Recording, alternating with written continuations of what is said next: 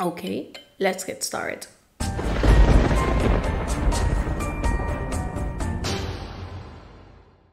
Hey horror freaks, welcome back to my channel. My name is Amanda. If this is the first time here, don't forget to subscribe and hit the bell icon so you can get a notification every single time that I post a video, and I post every single week.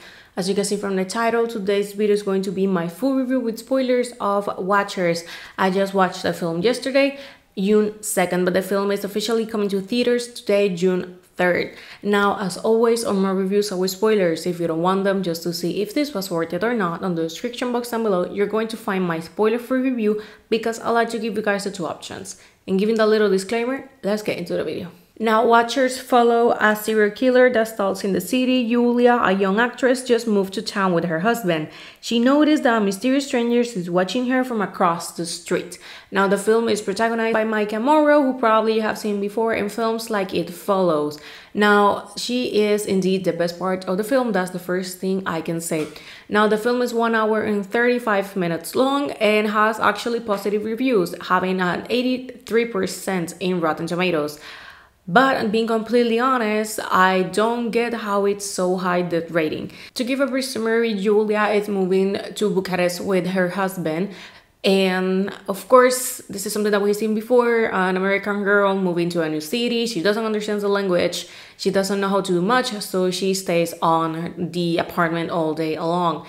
Now, when they get to the city, a serial killer is on the loose called the Spider.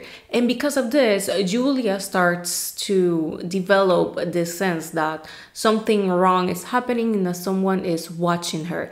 But indeed, someone is watching her, and she sees through the window on the building on the front, it's a man, but we never see his face. Even at some point, she goes to a movie theater and the man sits right behind her. She leaves, she gets to the supermarket, he appears once again, but we never really see his face. Every time that she's going to move her head to see him, and he kind of moves, like the camera cuts and we don't see his face until way later on the film.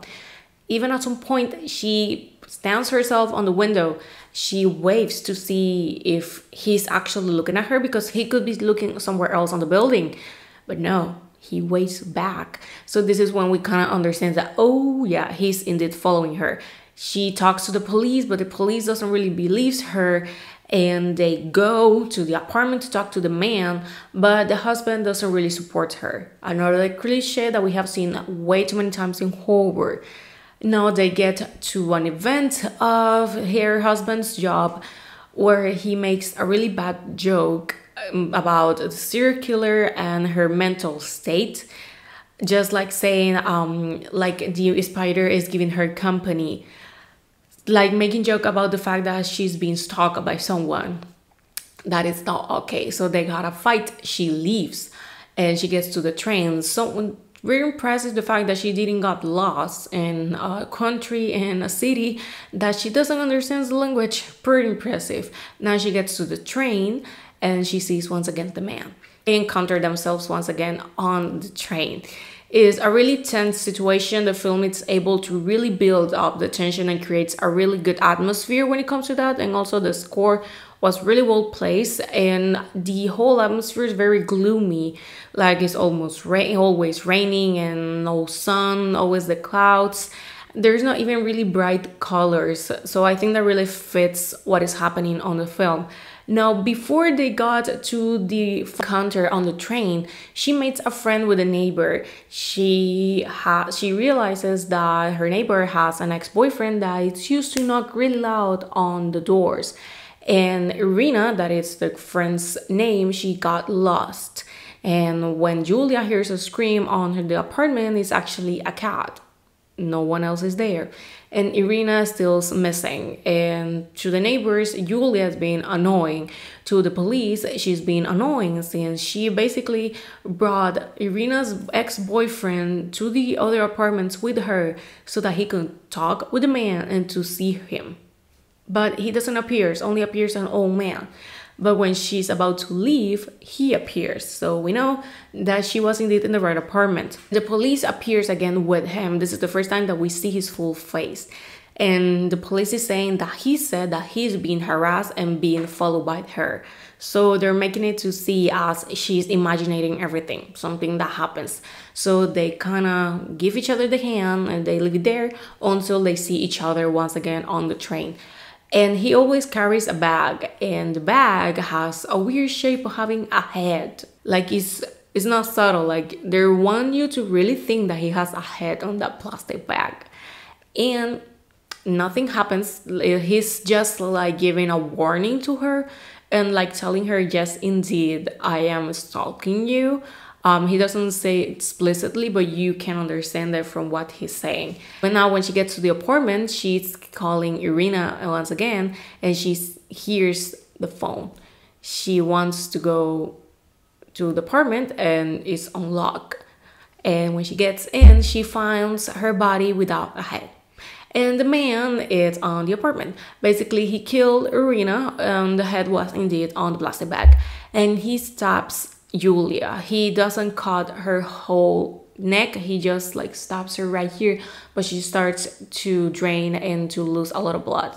Now, while all of this is happening, her husband is just returning from the party, and he realizes that he messed up, and she even made a suitcase. She was about to leave. She decides to go to Irina's apartment, and Julia is dragging herself on the floor until she lays down and dies. And the man lies with her. He sees her for a moment, and then he just prepared to leave, leaving the bodies.